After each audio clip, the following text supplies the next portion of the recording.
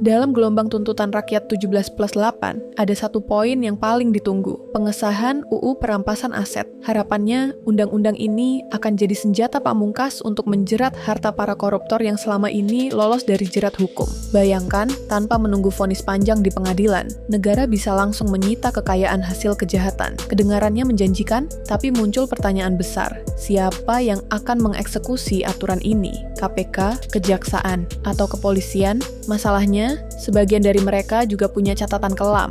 Jadi, mampukah UU ini benar-benar jadi solusi, atau justru berubah jadi pedang bermata dua? Segmen 1, harapan dari UU Rampas Aset. Ketika rakyat memasukkan pengesahan UU Perampasan Aset ke dalam tuntutan 17+8, ada alasan besar di baliknya, rasa frustasi. Selama ini, kasus korupsi di Indonesia sering berakhir dengan jalan berliku. Tersangka bisa saja dihukum, tapi prosesnya panjang, melelahkan, dan seringkali berujung pada kompromi. Bahkan kalaupun ada yang dipenjara, harta hasil rampokan masih aman disembunyikan di balik nama keluarga, rekening luar negeri, atau perusahaan cangkang. Akibatnya, kerugian negara tetap menumpuk, sementara rakyat tidak pernah benar-benar merasakan keadilan.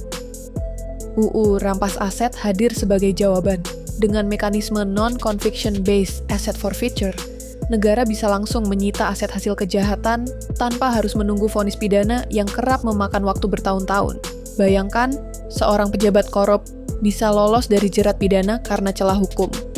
Tapi kekayaan yang ia timbun dari hasil korupsi tetap bisa dilucuti. Inilah yang membuat UU ini disebut sebagai senjata pamungkas dalam pemberantasan korupsi. Bagi publik, UU ini membawa harapan besar. Mereka membayangkan dana hasil sitaan koruptor bisa kembali ke kas negara, dipakai untuk pendidikan, kesehatan, atau infrastruktur yang langsung menyentuh kehidupan sehari-hari. Bayangkan, berapa banyak sekolah bisa dibangun dari aset hasil BLBI atau Jiwasraya, jika benar-benar berhasil direbut kembali. UU ini juga dipandang bisa memberikan efek jera. Koruptor bukan hanya takut dipenjara, tapi juga takut seluruh jerih payah mereka menyembunyikan uang haram berakhir sia-sia.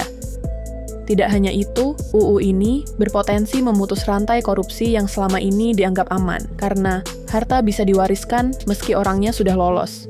Dengan sistem baru ini, harta yang tidak wajar bisa dipaksa kembali ke negara, bahkan jika tersangka sudah meninggal atau lari ke luar negeri. Dengan kata lain, hukum tidak hanya menghukum individu, tapi juga memutus keuntungan finansial yang dinikmati keluarganya. Singkatnya, dari sudut pandang rakyat, UU Rampas Aset adalah simbol harapan. Harapan bahwa keadilan bisa lebih cepat, korupsi bisa benar-benar ditekan, dan aset bangsa yang hilang bisa kembali untuk kemakmuran bersama. Segmen 2, kesiapan lembaga eksekutor. Namun, sekuat apapun konsep sebuah undang-undang, semua kembali pada pertanyaan klasik. Siapa yang menjalankannya? Dalam konteks UU Perampasan Aset, eksekutornya adalah lembaga penegak hukum yang sudah kita kenal, KPK, Kejaksaan, Kepolisian, dan PPATK. Mereka yang akan menjadi ujung tombak untuk melacak, menyita, dan mengelola aset hasil kejahatan. Di atas kertas, sebenarnya Indonesia tidak benar-benar nol pengalaman. Kita pernah melihat upaya besar dalam kasus BLBI, Jiwasraya, atau Asabri. Pemerintah melalui Kejaksaan Agung mampu menjerat pelaku dan menyita sebagian aset untuk menutupi kerugian negara. KPK juga punya rekam jejak panjang dalam operasi tangkap tangan yang disertai penyitaan uang suap. PPATK pun rutin merilis laporan transaksi mencurigakan yang bisa menjadi pintu masuk pelacakan harta haram. Namun, UU Perampasan Aset menghadirkan tantangan baru yang jauh lebih kompleks. Pertama, soal pembuktian terbalik. Jika selama ini aparat menunggu bukti tindak pidana untuk menjerat koruptor, kini mereka dituntut untuk bisa membuktikan bahwa harta seseorang tidak wajar. Ini butuh investigasi forensik keuangan yang mendalam, teknologi asset tracing yang modern, dan SDM dengan kapasitas tinggi. Tanpa itu, perampasan aset bisa terbentur di pengadilan karena lemahnya pembuktian. Kedua, koordinasi antar lembaga. Bayangkan 4 institusi berbeda dengan kultur, kepentingan, bahkan ego masing-masing harus bekerja sama. KPK punya independensi, Kejaksaan berada di bawah Presiden, Kepolisian punya struktur besar, dan PPATK fokus pada analisis finansial. Jika koordinasi buruk, bukan mustahil aset yang seharusnya bisa dirampas justru lolos karena rebutan kewenangan. Ketiga, dukungan internasional. Banyak aset koruptor Indonesia yang sudah diparkir di luar negeri, dari Singapura hingga Swiss. Untuk merampasnya, aparat harus membangun kepercayaan dan kerja sama lintas negara.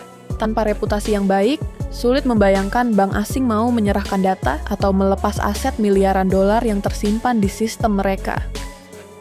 Jadi, kesiapan lembaga eksekutor ini masih menjadi tanda tanya besar. Apakah mereka benar-benar punya kapasitas dan kemauan untuk menjalankan UU ini secara konsisten? Atau justru UU hanya berhenti sebagai teks undang-undang yang gagah, tanpa eksekusi nyata di lapangan?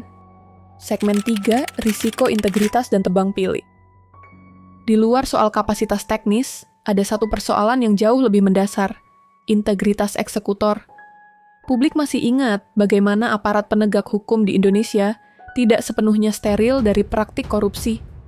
Ada jaksa yang tertangkap basah, menerima suap, polisi yang terlibat bisnis gelap, bahkan pegawai KPK pun pernah terjerat kasus gratifikasi. Fakta-fakta ini membuat masyarakat pesimis, apakah mereka yang seharusnya jadi garda terdepan justru bisa dipercaya memegang senjata sekuat UU perampasan aset? Risiko pertama adalah tebang pilih. Dalam politik Indonesia, kita sering melihat hukum berjalan tidak konsisten. Keras pada lawan, tapi lunak pada kawan.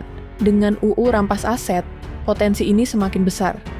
Bayangkan jika aset lawan politik bisa dengan cepat disita atas dasar pembuktian tidak wajar, sementara aset pejabat yang berada dalam lingkaran kekuasaan dibiarkan aman. Hukum yang seharusnya netral bisa berubah menjadi senjata politik. Risiko kedua adalah penyalahgunaan kewenangan. Tanpa mekanisme kontrol ketat, aparat bisa menggunakan UU ini sebagai alat pemerasan. Misalnya, aset seseorang dinyatakan mencurigakan, lalu pemiliknya dipaksa berdamai dengan memberikan sebagian aset agar kasus tidak dilanjutkan. Praktik semacam ini bukan mustahil, mengingat kasus-kasus penyalahgunaan wewenang sudah pernah terbukti di masa lalu. Risiko ketiga, UU ini bisa merugikan pihak yang tidak bersalah. Misalnya, jika aset hasil korupsi sudah dialihkan ke keluarga atau pihak ketiga yang tidak tahu menahu, mereka tetap bisa kehilangan harta hanya karena terkait secara administratif. Tanpa prosedur yang adil, korban baru bisa tercipta. Rakyat biasa yang tidak terlibat justru ikut menanggung akibat. Dengan semua potensi risiko ini, publik mulai bertanya-tanya, apakah UU rampas aset benar-benar akan jadi instrumen keadilan, atau malah jadi pedang bermata dua? Harapan memang besar, tapi jika yang memegang pedang itu adalah tangan yang kotor, maka hasilnya justru bisa melukai rakyat yang ingin dilindungi. Inilah mengapa integritas aparat penegak hukum adalah faktor paling krusial. Tanpa reformasi serius di tubuh lembaga penegak hukum, UU ini berpotensi hanya menjadi macan kertas, keras dalam retorika, tapi lemah dan penuh kompromi dalam praktik. Segmen 4, harapan dan jalan keluar. Meski penuh risiko, UU perampasan aset tetap menyimpan harapan besar. Justru karena korupsi sudah begitu mengakar, rakyat melihat undang-undang ini sebagai satu-satunya jalan keluar dari kebuntuan pemberantasan korupsi. Maka pertanyaannya bukan sekadar apakah undang-undang ini akan berhasil, tapi bagaimana memastikan ia benar-benar bekerja untuk kepentingan publik. Ada setidaknya 3 jalan keluar yang bisa ditempuh. Pertama, pengawasan publik dan media. Di era keterbukaan informasi, rakyat dan jurnalis bisa menjadi mata tambahan untuk memastikan UU ini tidak dipakai tebang pilih. Setiap keputusan perampasan aset harus diumumkan secara transparan, mulai dari siapa pemilik aset, nilai aset, hingga kemana hasil sitaan itu akan dialokasikan. Dengan begitu, aparat akan berpikir 1000 kali sebelum menyalahgunakan kewenangan. Kedua, kerjasama internasional. Banyak harta haram hasil korupsi yang sudah dipindahkan ke luar negeri, baik di Singapura, Hong Kong, maupun negara-negara tax haven. Tanpa jaringan internasional, aparat Indonesia hanya bisa merampas aset yang ada di dalam negeri, sementara sebagian besar justru aman tersimpan di luar. Di sini, reputasi aparat penegak hukum menjadi penting. Jika lembaga Indonesia dianggap bersih dan kredibel, negara lain lebih mau bekerja sama menyerahkan aset yang disembunyikan di yurisdiksi mereka. Ketiga, reformasi internal dan kelembagaan. Harapan terbesar mungkin ada pada gagasan membentuk badan independen khusus perampasan aset. Badan ini tidak sekadar cabang dari KPK atau Kejaksaan, melainkan lembaga baru dengan mandat tunggal, mencari, menyita, dan mengelola aset hasil kejahatan. Dengan seleksi ketat, rotasi berkala, dan pengawasan publik, risiko penyalahgunaan bisa ditekan. Badan ini bisa menjadi simbol komitmen pemerintah bahwa perang melawan korupsi tidak lagi setengah hati. Pada akhirnya, UU Rampas Aset hanya sekuat orang yang menjalankannya. Jika pengawasan lemah dan aparat tetap kotor, maka undang-undang ini bisa gagal sejak awal. Tapi jika dijalankan dengan integritas, transparansi, dan dukungan internasional, UU ini bisa menjadi tonggak sejarah baru, saat di mana negara akhirnya berhasil merebut kembali harta rakyat yang selama ini dirampas oleh korupsi. Disinilah publik menaruh harapan. UU Rampas Aset bukan sekadar hukum di atas kertas, tapi simbol perlawanan bangsa terhadap budaya korupsi yang sudah terlalu lama bercokol. Terakhir penutup. UU Perampasan Aset adalah jawaban atas salah satu tuntutan rakyat dalam 17+8.